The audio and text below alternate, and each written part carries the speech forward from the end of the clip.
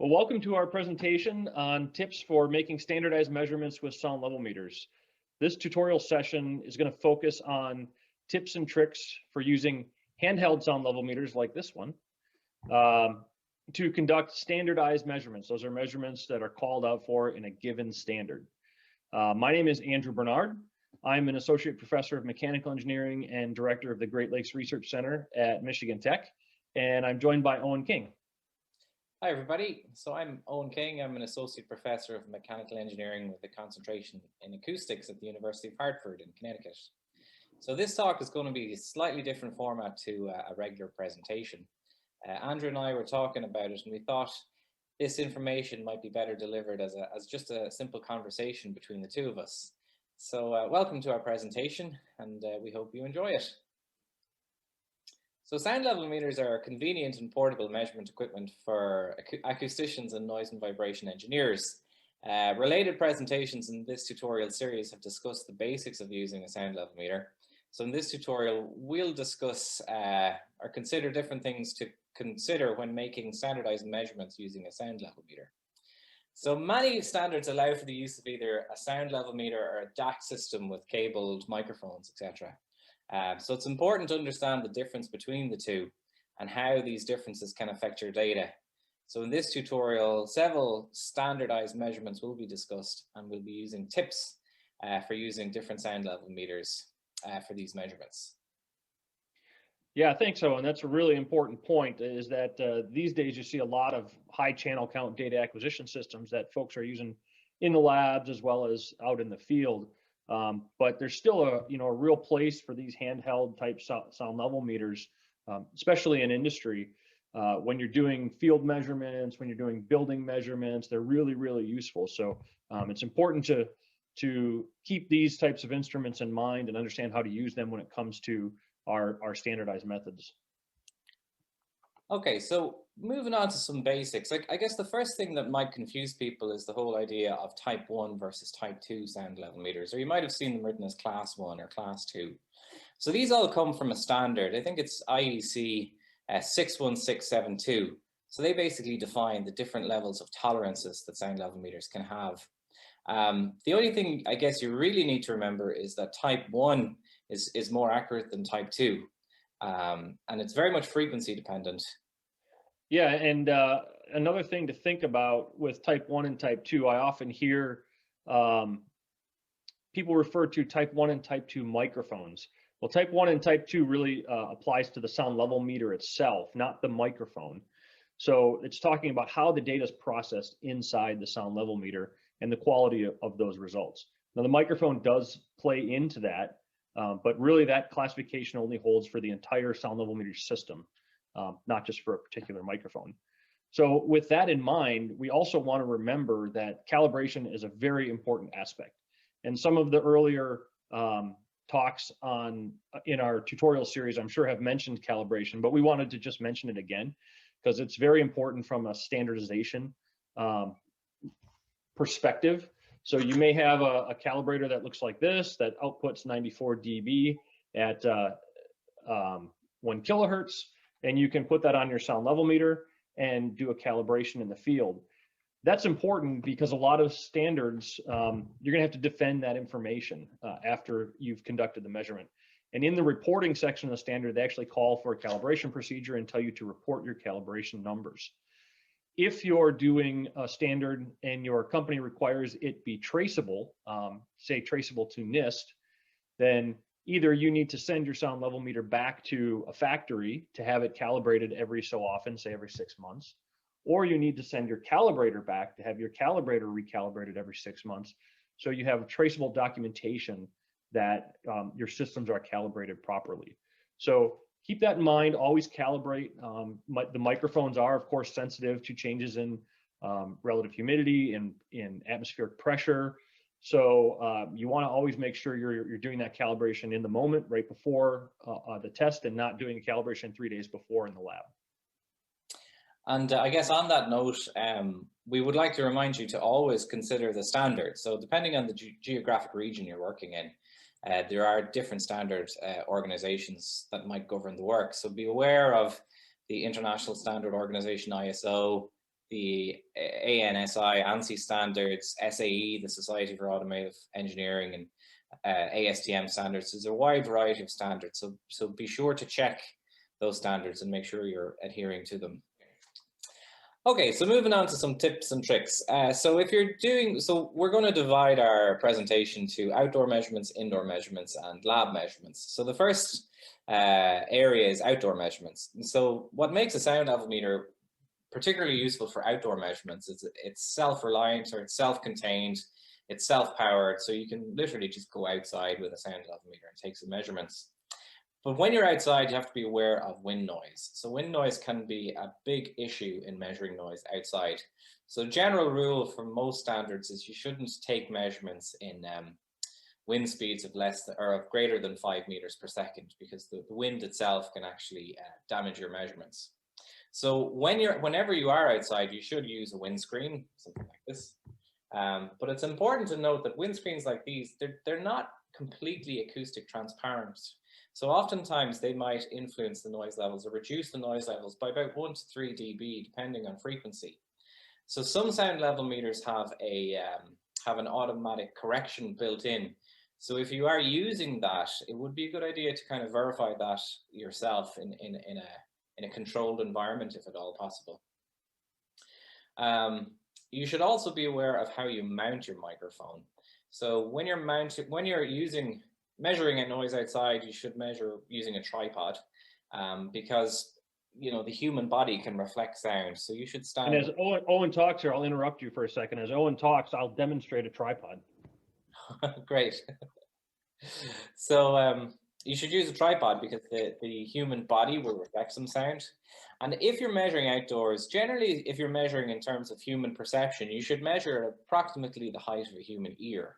I know in Europe, for many measurements in Europe, when they're talking about environmental noise measurements and the effect of nighttime noise, the general standard is to measure about 4 meters, because that's the height of a first floor bedroom. So keep that in mind, particularly if it's a human effect that you're trying to measure. And finally, you should also be aware of the weather conditions, not just wind. So factors like snow and rain and things like that will also play a part.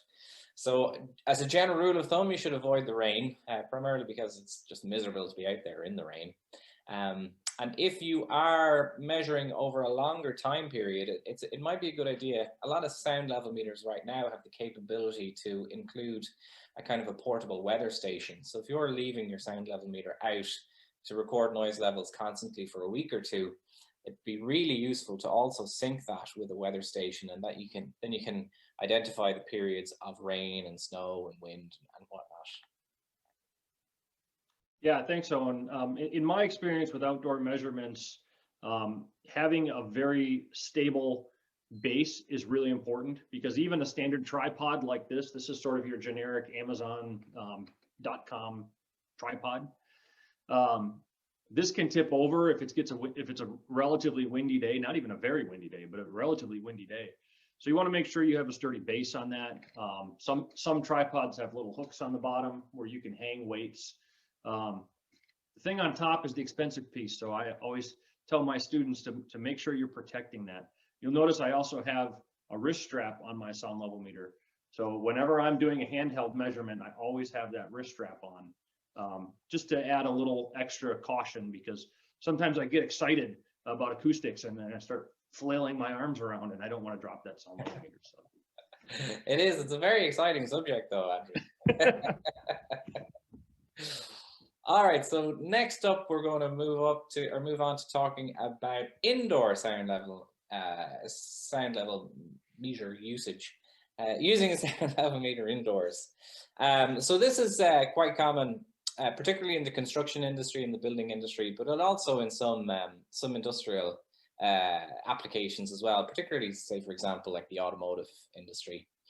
I guess when you're working with indoor sound measurements, one of the main concerns would be background noise. So it would always be a good idea to measure noise, or the background noise level, before you conduct any measurements of note. You should also be very aware of the type of microphone that you use. There are many different types of microphone. So generally, what we use indoor is a random instance microphone, because usually what we're concerned about is the noise arriving from all directions. The other item that you might want to consider is room modes. So to eliminate the effect of room modes, what we teach our students here at the University of Hartford is a kind of a roving microphone technique, which can be demonstrated like so. Okay, so arms outstretched, slow, smooth circles. I get my students generally to count to 15 in their head, around in a circle. Nice and slow. And then switch sides. And obviously don't talk during it. So that was a demo of our roving measurement. Andrew, have you ever seen that before? No, so I do something similar, but I really like that technique of doing the circular motion in 2 dimensions. That's a really great way to average spatially and to negate some of the effects that you see, especially at low frequency of room modes. So I think that's a really great way to do it. The other way you could do it, of course, is to put the sound level meter on a tripod and then move the tripod around the room, and then after the fact average all those measurements. But sometimes it's nice to get a single average measurement in real time as you're standing there, and that type of technique is really a nice way to do that. Great. And I guess one final point to note with all of these indoor measurements would be most definitely consult the standard, because the standard will have a lot of information on where the microphone should be positioned and how many measurements you should take. So most certainly consult the standard.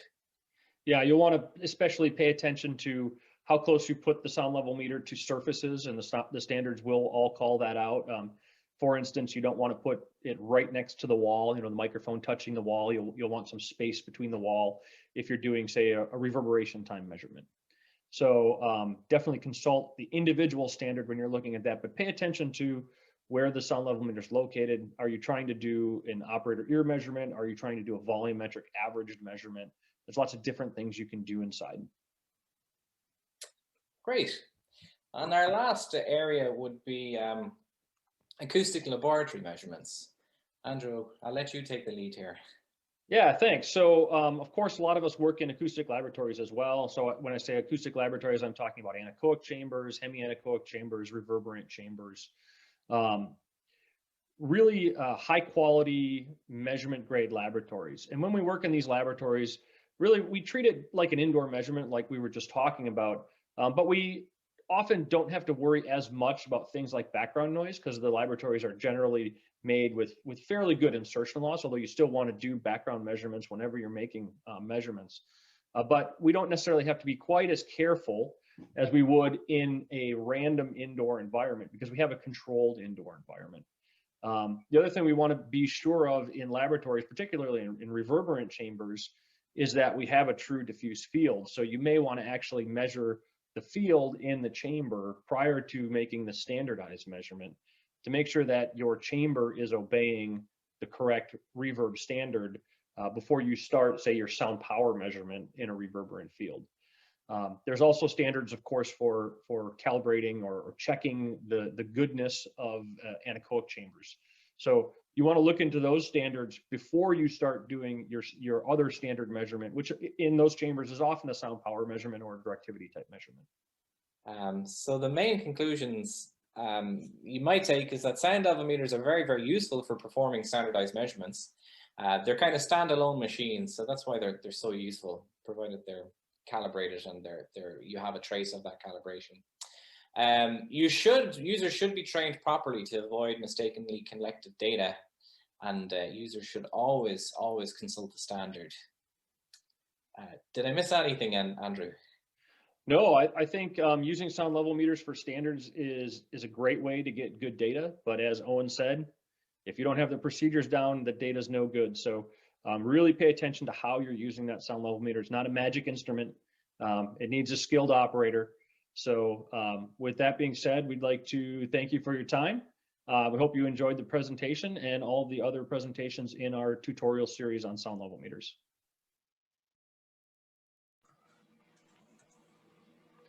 All right. Thanks, Andrew. Thanks, Owen. That was really nice. I like the conversation format of your presentation. So we've got a couple questions in the Q&A. Clint asks, did I understand correctly that a periodic NIST calibration of the acoustical calibrator could substitute for calibration of the sound level meters? Is getting the calibrator calibrated just as defensible as getting the meter calibrated? No, you have to get the calibrator calibrated, and you have to get the sound level meter calibrated. And both calibrated. Yeah, both have to be calibrated, and you need documentation for both. While we're on the subject of calibration, conference president Gordon Ebbett has a comment. He says it might be good to warn people that if calibration requires a large offset from your expected 94 dB nominal level, it may indicate that the mic sensitivity has changed, indicating maybe your mic has been dropped or the frequency response has been compromised. Don't drop your mic. That's a great point. And to follow it up, I had an incident in my lab a couple years ago where a sound level meter was dropped, and guess what? The calibration changed, and then a little bit later it quit working. So that is a big calibration offset is a great way to detect something that might be going wrong before you actually have catastrophic failure. And it could be related to battery as well. So if you leave a sound level meter running off a car battery or something for a week or two, by the end of it, the calibration might fail because it just has no juice left. It's always a good indication as to if something's going wrong. Well, thanks. Mike Green says good exercise as well. I'm not sure what that's in relation to. I think he's talking about Owen's circling techniques. That was really good. The little inset, the little cutaway, the B-roll was nice. That's hours of editing that took.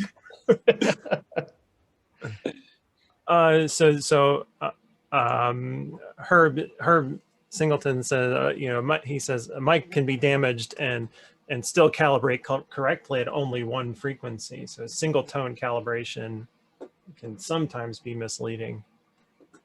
Yeah, that's why sometimes it's nice to have both a speakerphone and a piston phone, because one will work at 250 hertz, one will work at a kilohertz. And that's another reason to calibrate at different levels. Most calibrators will have both a 94 and 114 dB setting on a speakerphone. So that's a good reason to do that. Well, thanks, Andrew. Thanks, Owen. We've got to move on to the next presentation.